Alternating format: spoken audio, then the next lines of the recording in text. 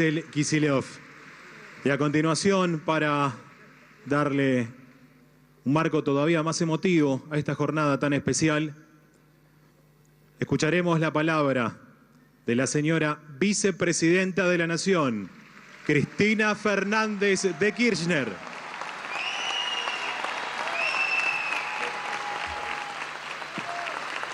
Hola, muy buenas tardes a todos y a todas. Gracias, Martín, por invitarme. Gracias a todos y a todas las lomenses que hoy nos acompañan. La verdad que quería estar aquí. Quería estar aquí hoy en este día tan especial porque Cunita para mí fue, ya lo expliqué la última vez que estuve acá en Lomas, un programa de los más caros a mi corazón. Y la verdad que esta reedición de Cunitas 2 me gusta más que la que habíamos hecho allá por el 2015. Con lo cual se ve que todo programa se puede mejorar y ampliar. En esta oportunidad va a garantizar, como la asignación universal por hijo garantiza que los chicos vayan al colegio y tengan control sanitario, porque si no, no se puede cobrar la guache, la cunita, para poder tenerla, va a ser necesario comenzar el control prenatal desde el primer trimestre. Con lo cual, es un adelanto sustancial, esto no lo teníamos. Y ni qué hablar de la intervención de los internos e internas del Servicio Penitenciario Bonaerense. Muy bien, Julio Lac, para incorporar a esos internos, a esas internas, a un trabajo productivo y solidario como es este. La verdad que esto demuestra que todo puede ser mejorado y ampliado, que no hay necesidad de eliminarlo o destruirlo, que lo importante es mejorarlo, renovarlo e inclusive hacerlo mucho mejor de lo que era el original. Vos recién decías, Axel, hablabas de la destrucción, ¿no? Y la verdad que no es nuevo esto en la República Argentina. Vos te acordabas de otras épocas, pero no sé si lo he contado en alguna otra oportunidad. Pero ya por el año 56 hubo una gran epidemia de poliomielitis. Y la Fundación Eva Perón, ya Perón había sido destituido, por supuesto, tenía pulmotores que decían Fundación Eva Perón, camas, frazadas, sábanas, todo tenía estampado o bordado el nombre de la Fundación Eva Perón.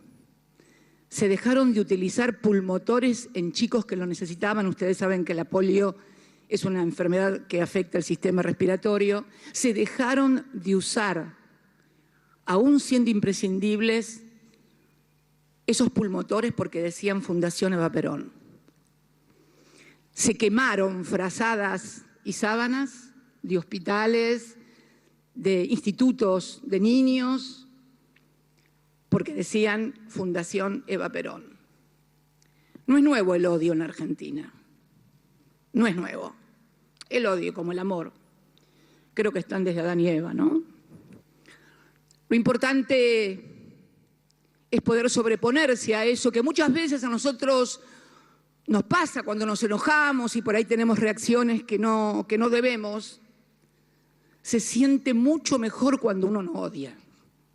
Créanme que es mucho más saludable, ya que tanto se habla de la salud pública, no odiar.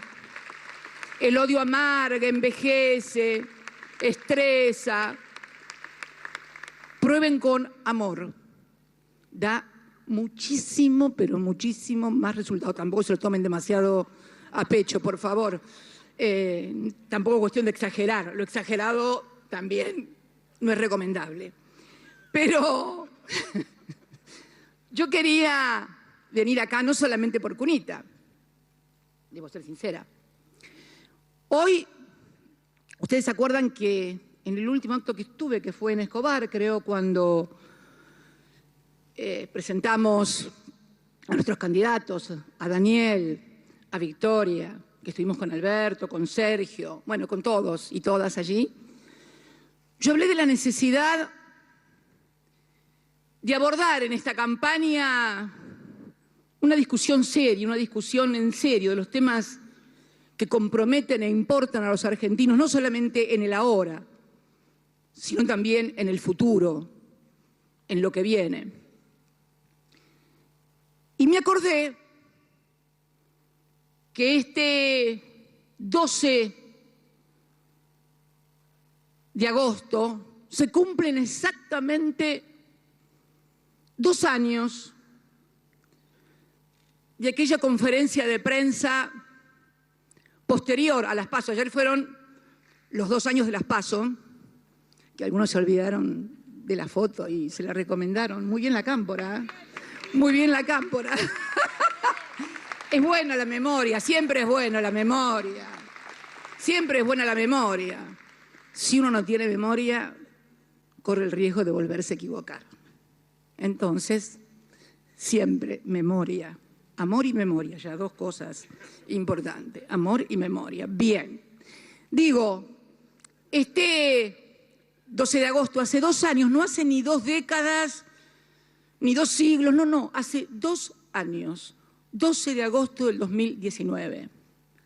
Día posterior a haber ganado nuestro espacio político Las PASO por 15, 16 puntos, si mal no recuerdo. Provocó la ira, literalmente estoy hablando, ¿no?, de quien entonces era presidente, que salió a dar una conferencia de prensa donde, bueno, fue tal la sarta de barbaridades que dijo que 2 días después pidió perdón a todos los argentinos, arguyendo que estaba cansado, que no había dormido bien. Es atendible, no tengo por qué dudar. No tengo por qué dudar cuando uno duerme mal, está enojado y puede ser que diga algún exabrupto, pero se comenzó a instalar desde entonces que porque había ganado el Frente de Todos, esto lo dijeron explícitamente en aquella conferencia y lo siguieron reafirmando, teníamos un problema de que no había confianza y los capitales se iban. Mentiras. Esto había empezado el año anterior. Miren, ¿se acuerdan el otro día? Para los que me vieron cuando fue la audiencia en el tribunal oral por el memorándum, dirán que presenté un gráfico de endeudamiento donde mostraba que el endeudamiento desde el 2003, que llegó Néstor, estaba en el 116% y terminamos en el 30 y pico. ¿Se acuerdan que era la historia del desendeudamiento argentino con posterioridad a la gran crisis del 2001, después de aquel gobierno fallido de la Primera Alianza? Y cuando uno va al 18, la contrapartida exacta y precisa de ese gráfico que mostré a los argentinos y a las argentinas ese día es este otro. Yo no sé si la cámara lo podrá tomar y si se divisará. ¿Se ve? Se ve como una gran montaña, ¿ven esa montaña inmensa? Esto es un gráfico publicado por el Banco Central de la República Argentina. Es oficial. Es oficial. Esto es el ingreso de capitales. Acá estamos en el año enero 2016. Hacía 21 días, 22 que nos habíamos despedido en aquella plaza memorable del 9 de diciembre del 2015. Ahí apenitas, en enero del 2016, comienza el endeudamiento. Miren lo que es esta montaña de endeudamiento. ¿Saben dónde está el pico? En el 18. ¿Y saben cuándo? Miren, si uno mira así, ahí empieza a bajar. ¿Saben cuándo empieza a bajar? Cuando estos capitales que habían entrado para especular, porque hasta el 2015 todo capital que no era inversión productiva debía estar 2 años estacionado para evitar esto, la timba financiera, simple y claro, pero aparte porque no era la primera vez que pasaba en la Argentina lo de la timba financiera. A partir del 76, la timba financiera, a partir del golpe cívico-militar del 76, fue moneda corriente. Y fue el origen de las múltiples crisis en materia de restricción externa, de deuda externa que tuvimos los argentinos, desde el 2001. También otra escapada después del blindaje, megacanje. 18. Y es cuando en abril, o en mayo, en abril o en mayo recuerdo, se anuncia que a esta altura, cuando ya venían bajando los capitales, cuando advierten que no les van a renovar el endeudamiento, es cuando anuncian en mayo del 2018 que van a recurrir al Fondo Monetario Internacional. ¿Por qué? Porque venía en picada. Y esta es la caída, fíjense. Recién acá son las elecciones. Todo esto es la fuga de los capitales especulativos. Y el Día de la Bandera, increíblemente el Día de la Bandera, pobre Manuel Belgrano, anuncian que acordaron con el Fondo Monetario Internacional aquel famoso préstamo de 57.000 millones de dólares, de los cuales ingresaron 45.000. Como vemos, el endeudamiento y la crisis, el Frente de Todos no tuvo nada que ver. Es más, creo que el haber ganado las elecciones es parte de ese fracaso y de ese endeudamiento que la gente percibió como un gran fracaso luego de aquel gran triunfo de Néstor Kirchner en el año 2005, cuando desendeuda por primera vez después de décadas al país. Y ese 12 de agosto enojado, enfurruñado, comienza o sigue la salida de capitales. ¿Qué se debería haber hecho en ese momento? Haber recurrido a la restricción cambiaria, a cuidar las reservas del Banco Central para evitar que siguieran fugándose plata. Nada de eso se hizo. El 1 de septiembre crearon una restricción que se podía comprar hasta $10.000. Solamente y recién después del 28 de octubre, cuando se habían ido del país exactamente 22.524 millones de dólares. Presten atención, argentinos, porque el enfunfurroneado no lo va a pagar esto, lo vamos a pagar todos y todas. Miren, al 9 de agosto había 66.000, todavía 309 millones, estaban ingresando los fondos del Fondo Monetario Internacional. Seguía bajando. El 2 de septiembre se van 13.163 millones. Al 28 de octubre, 9.740 millones. Después de haberse ido esos 22.000 millones y de haber perdido las generales el 28 de octubre, ahí recién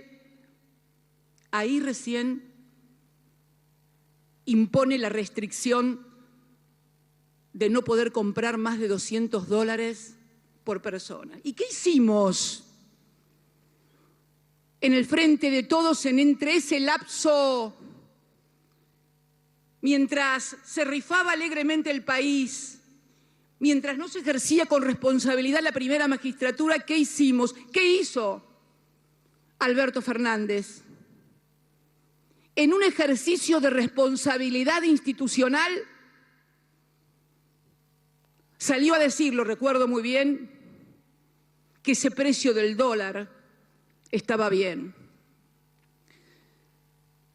Y comenzó a comportarse en los hechos, porque ya prácticamente lo haré también como presidente. Y el otro se empezó a comportar siendo presidente y teniendo las responsabilidades que le impone esa alta y honorable magistratura, se comenzó a comportar como un político de la oposición.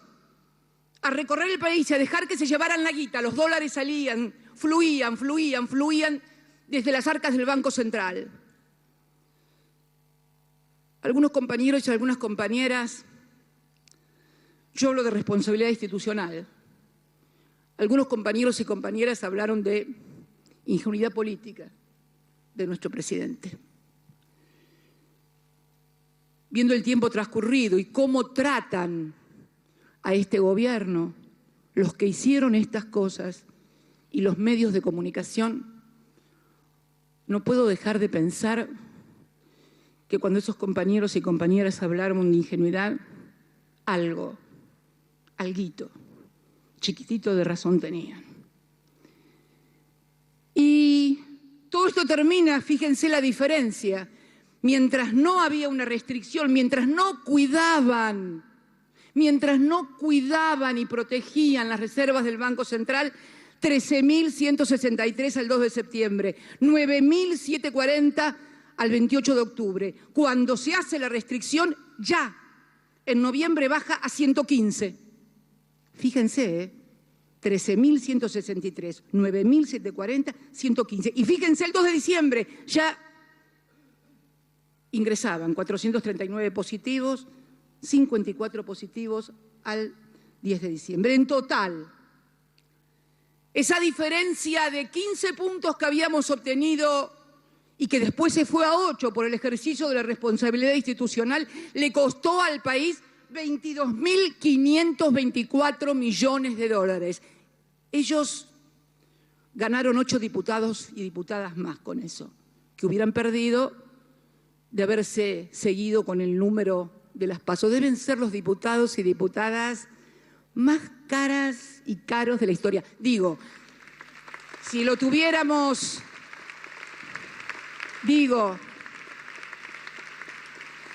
si entre esos 8 hubiera habido, qué sé yo, alguna Einstein, alguna Madame Curie, bueno, dale, vamos, dale que ponele, ¿no? Ponele. Invertimos. Pero no. Madame Curie, no sé, vos que estás en la Cámara de Diputados, ¿tenés alguna Madame Curie por ahí, algún Albert Einstein? No, bien. Fueron entonces 22.524 millones de dólares quemados.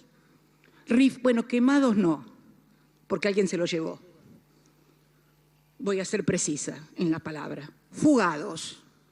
Alguien se los llevó, quemados no. Yo siempre tengo un refrán cuando me dicen alguien es loco. ¿Mastica vidrio? ¿Quema plata? No, bueno, entonces no. Es cualquier otra cosa, pero loco no es. Y entonces, en estos 2 años, de aquel 12 de agosto, a los 3 meses y 10 días de todo aquel desastre, de todo ese desastre dado, la pandemia. Este viernes no, el próximo cumplimos 1 año y 5 meses de pandemia. Y entonces, así como se dedicaron a decir que la plata se había ido porque no tenían confianza en el frente de todos, se dedicaron a construir un nuevo relato, que los problemas que tiene la economía argentina, que los problemas que tienen los trabajadores, las trabajadoras, los comerciantes, los empresarios, es culpa de la cuarentena, no de la pandemia. Con una formidable maquinaria mediática que la conozco. No crean que me asombra, no crean que me sorprende, la conozco porque la sufrimos en carne propia, y ahí sí me atrevo a decir, tal vez, en carne propia, inclusive en la carne propia que ni siquiera pasó por la puerta de una unidad básica en su vida. Pero no importa. Y hoy, cuando estaba por venir acá, leí un artículo que quiero comentarles, porque ejemplifica absolutamente esto que les digo de una maquinaria mediática destinada a que la gente esté convencida de que lo que está pasando en la Argentina hoy pasa acá y no pasa en ninguna otra parte del mundo. Que esto es producto de la política económica, que esto es producto de la cuarentena, que esto es producto de lo que fuere, nunca de la pandemia. Y hoy, antes de venir para acá, leía en el diario Clarín, evangelio mediático de la oposición, así que leía un interesante reportaje. Una persona muy conocida, la hija de una conocida presentadora que almuerza desde hace muchos años en la televisión y que hoy almuerza o cena a su hija. Salen declaraciones suyas en una entrevista que le hace un periodista en una radio y que las reproduce el diario Clarín. Y habla, porque es muy interesante como ejercicio de comprensión para ver cómo funciona esto y cómo funciona en todo el mundo. Y cuando digo en todo el mundo no hablo solamente de nosotros, que pensamos y sentimos y tenemos una mirada diferente. No, hablo de una persona que obviamente no puede ser tachada ni de acá, ni de populista, ni de peronista. Al contrario, en las antípodas, una persona que tiene un buen pasar, buen nivel adquisitivo, una persona mundana. Y habla de ella desde París. Dice Marcela Tiner, y la voy a nombrar porque la verdad que no es nada descalificativo, al contrario, estoy relatando algo que me impresionó, cómo se impresionó ella. Está en París de vacaciones. Marcela Tiner desde París, Radio La Red. Y está el fenómeno Messi, que todos hemos visto y hemos seguido en estos días en la televisión. Impresionante, realmente. Y muy, muy orgullosos los argentinos y las argentinas también de que un compatriota, ¿no?, genere y despierte esos sentimientos, esa admiración, esa pasión, ese amor. La verdad, a mí me pone muy contenta y muy orgullosa. Bueno, ¿qué decía Marcela en París con el periodista por la radio? ¿Sabés cómo le dicen? Santo Messi. Cuenta cómo le dice la gente a él. Porque no solamente es el genio, el talento y todo lo que representa, sino, atención, paren la oreja, sino la facturación que se ha movido de golpe en un país que está sufriendo la pandemia con muchos negocios fundidos. No había facturación de casi nada, París es un país muy poderoso. Sigue, todo esto es textual, por eso lo estoy leyendo porque es textual de Clarín. Es un país muy poderoso, Francia, segunda potencia en Europa. Pero pasan, atención, pasan las mismas cosas en todos lados a nivel de vida diaria. Acá exigen los barbijos en los negocios para ingresar. Crisis económica muchísima, dice. Los locales están vacíos. Yo viví 9 años acá y trabajé 18 años para este país. Muchísimos locales están en alquiler. Punto. Nunca lo hubiera imaginado. En la vida diaria suceden casi las mismas cosas que en nuestro país. Y de Yapa, la Yapa les doy ahora, quería comprarme una gorra del PSG y te digo que los precios son altísimos. Bueno, bingo, cartón lleno. Pero, ¿qué fue lo que me impactó? Que su sorpresa frente a lo que pasaba económica y socialmente, era genuina su sorpresa. Pero entonces, si esta persona de alto poder adquisitivo, que es mundana, que tiene relaciones en el mundo, creía que las cosas que pasaban aquí en el país solamente pasaban acá, que no, y le sorprende ver que en Francia, segundo país de Europa después de Alemania, pasa lo mismo que acá. Claro, esa mujer está sometida al mismo bombardeo mediático de televisión, de radio, de periodistas, todo el día diciendo que lo que pasó acá no pasó en ningún lado. Lo vemos con respecto a todo, con respecto a la economía, con respecto a la vacunación, con respecto a los cuidados, con respecto a todos. Entonces, digo yo, ¿No será hora de que paren un cambio, muchachos y muchachas, con todo el derecho que hay a disentir, a debatir, a pensar distinto, pero a pensar, a discutir, no a mentir, no a engañar, no a no hacerse responsable de lo que cada uno ha hecho en la bendita historia de este país? Esto es de lo que hablaba este sábado que había pasado en Escobar, y esto es de lo que tenemos que hablar los argentinos y las argentinas. ¿Cómo vamos a hacer para revertir esta realidad? Porque la pandemia va a terminar, la pandemia se va a acabar, vamos a estar todos y todas vacunados, pero después vamos a tener que hacernos cargo del muerto que nos dejaron. Entonces, a los responsables de habernos dejado este muerto, por favor, les pido un poco más de humildad, de solidaridad y de patriotismo. Muchas gracias a todos y a todas.